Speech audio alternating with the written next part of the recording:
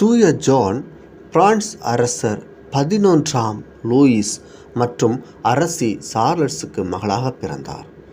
பிறவியிலேயே உடல் ஊனமுற்றவராக பிறந்தார். எனவே இவருடைய தந்தை இவரை கடுமையாக வெறுத்தார். இவருக்கு வெறும் 8 வயது நடக்கும்போது ஒரு சில அரசியல் காரணத்திற்காக தந்தையின் உறவினருக்கு மணமுடித்து கொடுக்கப்பட்டார். இவரும் ஜோனை மிகவும் கொடுமைப்படுத்தினார். ஜோனின் தந்தை இறந்தவுடன் ஜோனின் சகோதரர் அரசராக பதவியேற்றார்.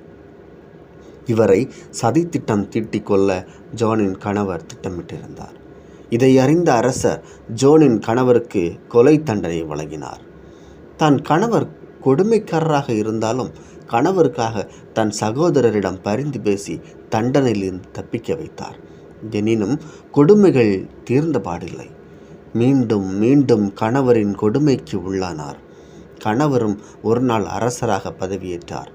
அரச பதவியேற்றவுடன் தன் திருமணத்தை செல்லாதாக்கும்படி திருத்தந்தைக்கு கடிதம் அனுப்பினார். திருத்தந்தையும் இசைவு தெரிவித்தார்.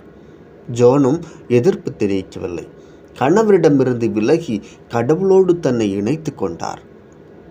தன் ஆன்மீக தந்தையின் உதவியோடு பெண்களுக்கான துறவற சபையை பேஜஸ் என்ற இடத்தில் உருவாக்கினார். தொடக்கத்தில் 11 பெண்களே இருந்தனர். பின்னாளில் திருத்தந்தை இதனை சபையாக உயர்த்தினார். அவர் தன் துறவற வார்த்தைப்பாட்டை எடுத்து ஓராண்டிற்கு இறைவனடி சேர்ந்தார்.